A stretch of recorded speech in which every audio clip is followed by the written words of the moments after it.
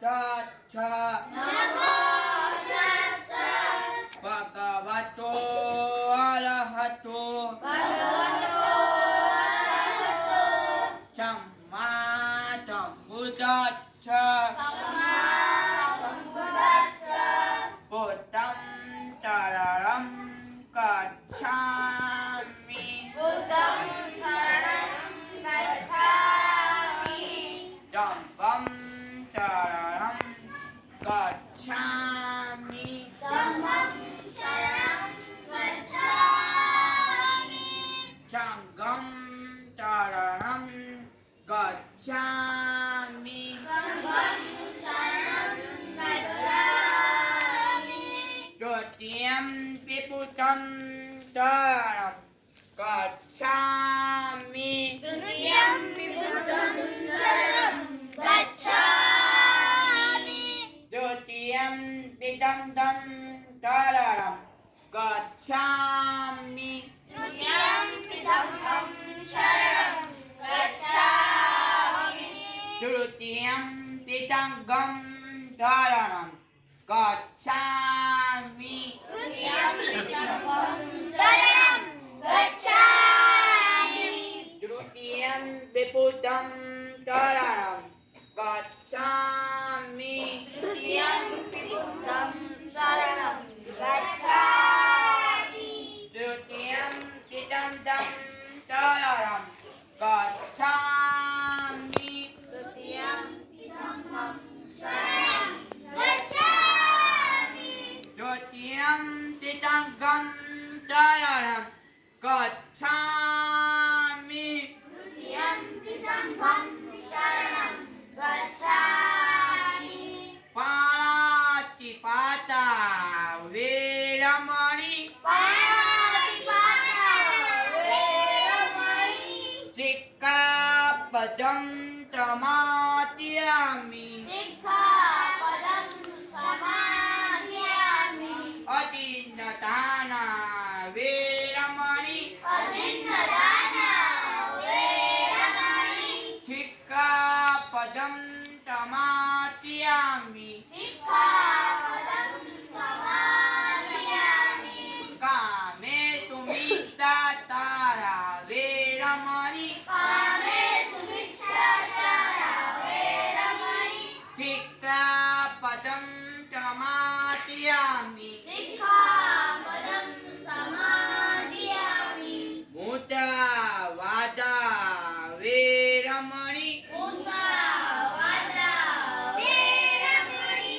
Sikkhapadam tamadhyami. Sikkhapadam samadhiyami. Surameraya matya pramaratana veramani. Suraneya madhyapamarithana veramani. Sikkhapadam tamadhyami. Sikkhapadam samadhiyami. Tapapapachakararam Sabba papasya karam. kutarata uttampada. Kusalasya sampada. Tatitya pariyo tapahan. Satita kariyo bapan. Etana putana tatanam. Ekan buddhan sasanam. Jatu. Sadhu. Jatu. Sadhu. Jatu. Sadhu. જય ભીમ નમો બુદ્ધાય. આજે હું તમને ભૂતવનાની માહિતી આપી કે હમણાં ભૂતવનાની માહિતી આપી માનવ સમાજને કહેવામાં આવે વૃત્તિ આ જ્ઞાનના માર્ગ ઉપર રહી આવ્યો છે કે આ ગૌતમ બુદ્ધને આ માનવ સમાજ છે ને ઉપદેશ આપ્યો છે જે આ માનવ સમાજને સગડી સંસ્કૃતિથી બહાર કાઢ્યો છે કે હમણાં એક સૈનિકે પૂતગણના કરી. આ કોઈ પ્રાર્થના કે ભજન નથી, આ એક પ્રકારની પ્રતિજ્ઞા છે. હું તેનો અર્થ કહું છું કે ગૌતમ બુદ્ધના વિચારો અને તેમની એક પ્રકારની વિચારધારા હતી. હું તેનો અર્થ કહું છું કે પૂતગણનાની શરૂઆત નમો તત્વ ભગવતો હરહતો સમ્મા સંબુદ્ધસ્સ તથાગત હરત મધ્ય મારું નમન ભૂતાન તહં કરતા હું પૂજના તહં ચાવું ધમ્મલ તહં કરતા હું તમના તહં ચાવું સંગમ તહં કરતા સંગના તહં ચાવું તુરા મેળય મધ્ય પ્રમાદતાણ આવેરમ સિક્કા બચન તમાત્યમ હું તારું કે નતિયા પ્રસાદ અથવા ઉગાતી મુક્તિવાની કૌતમ ઉત્પાદે સિદ્ધાંત ગ્રહણ કરું તપ પાપ પચ્ય કર્મ કોઈ પણ પ્રકારનું અકૃત્ય કર્મ ન કરું ઉત્તરત્ય ઉત્તમ પટા તારી ચિત્તા ગ્રહણ કરું તતિત્ય પરિયો તપન પોતાના મનને પવિત્ર રાખું હેતાન ભૂતાન સાતન આજ ભૂતની ચિત્તા છે સાધુ સાધુ સાધુ સાધુ સાધુ સાધુ સત્યનો હર રાસ્તાય કરે સત્ય વાતમાં પૂરા મારે તેથી તેને હા કરીને સ્વીકાર કરો તે સાધુ શબ્દનો હર સામાન્ય હર કે હું આ કૌતપુત્રી પ્રતિજ્ઞાનું પાલન કરું હું આ કૌતપુત્રી પ્રતિજ્ઞાનું પાલન કરું હું આ કૌતપુત્રી પ્રતિજ્ઞાનું પાલન કરું મારું અક્ષય પૂર્ણ કરું જય તોહાર જય મુનિ અને બેના બધા મારું નામ ચેલેજો ધોરણ 2 માં અભ્યાસ કરું છું. જે મારા નામ દક્ષિણ ધોરણ 2 માં ભણું છું. હું આજે તમને તથાગત બુદ્ધ વિશે જણાવીશ. તથાગત બુદ્ધનો જન્મ વૈશાખ પૂર્ણિમા ઈસા પૂર્વ 563 મુંબઈની પરિવારમાં ઈસા પૂર્વ 443 નો સમય. તથાગત બુદ્ધનો જન્મ ભારતના પ્રજાસત્તાક રાજ્ય વ્યવસ્થા ધરાવતા સાઠ્ય શાસનના રાજકુમાર તરીકે થયો હતો તથા તમામ પ્રકારના શોક દુઃખથી તેમને દૂર રાખવામાં આવ્યા હતા.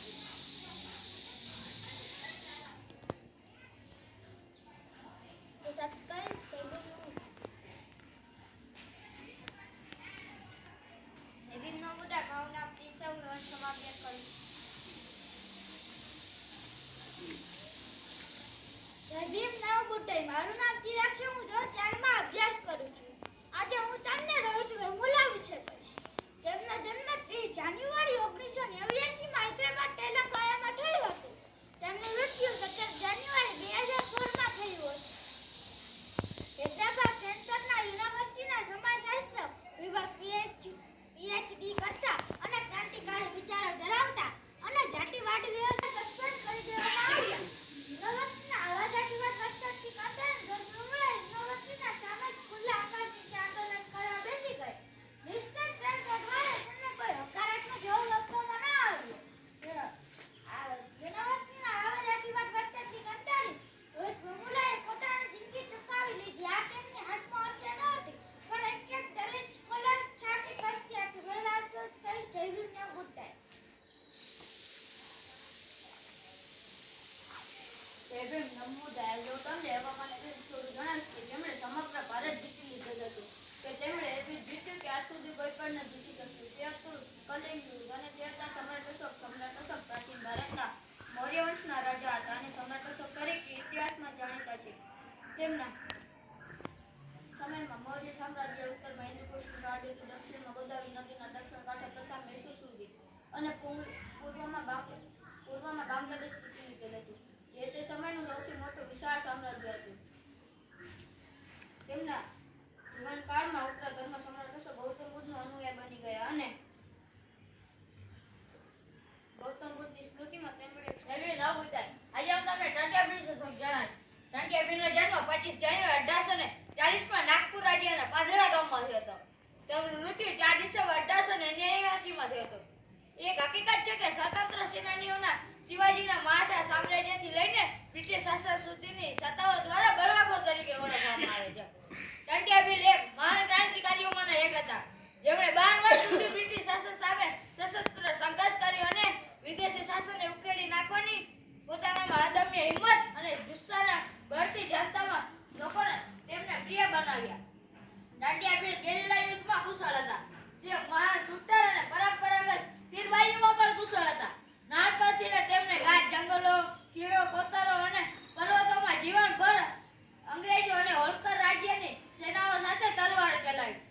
તેમણે શક્તિશાળી બ્રિટિશ સામ્રાજ્યની આજે હું તમને વીર મેઘમાલા વિશે થોડું કહીશ.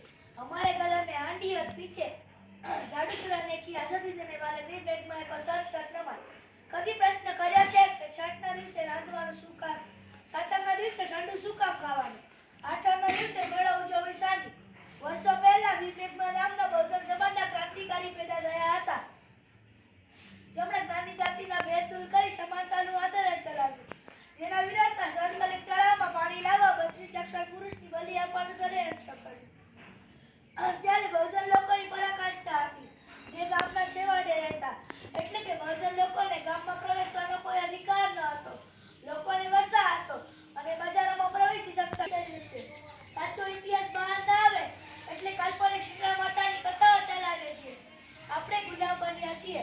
વીર મેઘમાની ઓમી તે કાયા, નવાડે નીતુ લાયા, પરકાજ ધરી કુરબાન કાયા. એ સંતે રહી સિદ્ધરાજની એવી માયા, બલિદાન જુવાર થઈ ગયા. બહુજનમાં ક્રાંતિકારી વીર મેઘમા થઈ ગયા. બસ આટલું જ કહીશ. જય ભીમ, નમો બુદ્ધાય. જય ભીમ, નમો બુદ્ધાય. મારું નામ આદિત્ય છે. હું ધોરણ 2 માં અભ્યાસ કરું છું. જય ભીમ, નમો બુદ્ધાય. મારું નામ દેવ છે. હું ધોરણ 2 માં અભ્યાસ કરું છું. જય ભીમ, નમો બુદ્ધાય. મારું નામ જાનુ છે. હું ધોરણ 6 માં અભ્યાસ કરું છું. આજે હું તમને ભારતીય સ્કૂલો વિશે થોડું જણાવીશ. ભારતીય પ્રથા પહેલા શિક્ષિકાને મહાન સામાજિક કાર્ય કરતા હતા. સાબરમતીનો જન્મ સિતારા જિલ્લામાં થયો હતો. તેઓ ભારતના પ્રથમ મહિલા શિક્ષિકા હતા. પોતાના પતિ અને મહાસમાજ સુધારક જ્યોતિબા ફૂલેના સહકારથી તેમણે સ્ત્રી શિક્ષણ માટે નોંધકારી પત્ર કર્યું. રમણકરમ સાહેબની બાઈકો વિષયનારી શિક્ષણ કલા જગા અગ્રતક અંકાર દૂર કરી ઉત્તર જ્ઞાનની જ્યોત જલા શિક્ષા પાકો સત્તો સંખ્યા કેટલી જરૂરી હોતી है पदार्थ રૂઢિવાદ કરો પરાકો પર ઉચ્ચેલક આવાજ ભારતના પ્રથમ મહિલા શિક્ષિકા બની. અસલુક કઈ જય ભીમ પ્રભુ.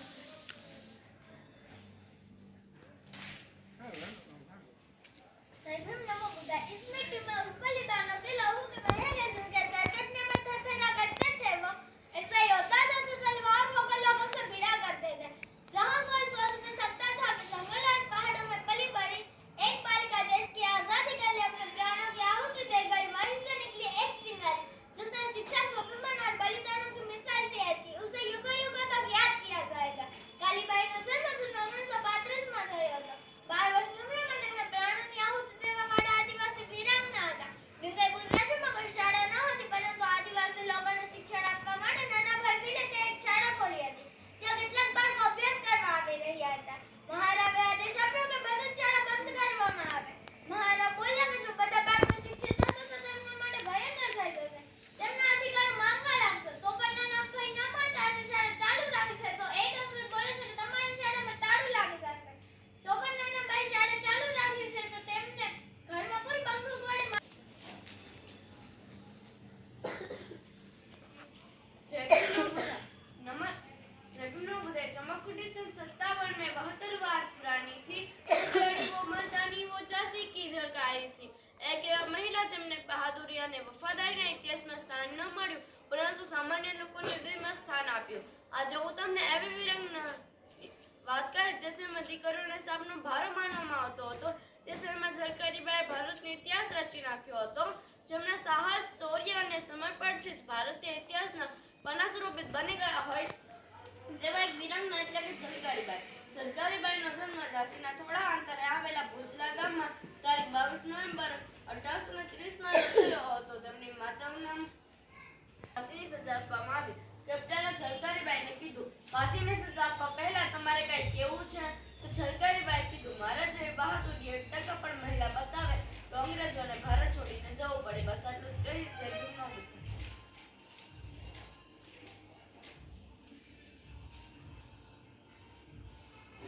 જય ભીમ, નમો બુદ્ધાય. મારું નામ ખુશાલી છે. હું ધોરણ 7 માં અભ્યાસ કરું છું. માં હોય તો તેના દીકરાને સારું ઈચ્છે, પણ જે આખા જગતના દીકરાને સારું ઈચ્છે તે માતારામા. માતારામાનો જન્મ 7 ફેબ્રુઆરી 1848 માં મહારાષ્ટ્ર મુંબઈમાં થયો હતો. તેમની માતાનું નામ રૂકમણીજી હતું. રૂકમણીજીને પગમાં ઉંગળી થઈ હતી અને આખા ઘરનું કામ માતારામા પર આવી ગયું. તો થોડા સમય પછી તેમના મામા મામીના ઘરે રહેવા ચાલ્યા ગયા અને આખા ઘરનું કામ માતારામા પર આવી ગયું. તો જ્યારે 7 વર્ષના થયા ત્યારે તેમના લગ્નની વાતો થવા લાગી. ત્યારે તેમના લગ્ન 14 વર્ષના બાબા સાહેબ સાથે થયા. ત્યારે તેમના ઘરે રમેશ પટેલના ખીચામાંથી થોપડા નીકળે છે અને બાબા સાહેબ એક બે ડગલા આગળ વધે છે તો માતારામાની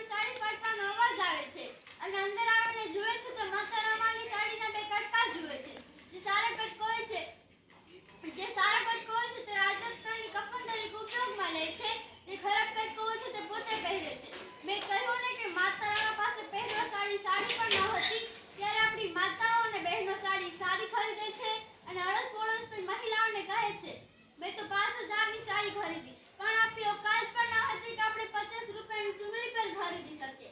માતા અમારા પુત્ર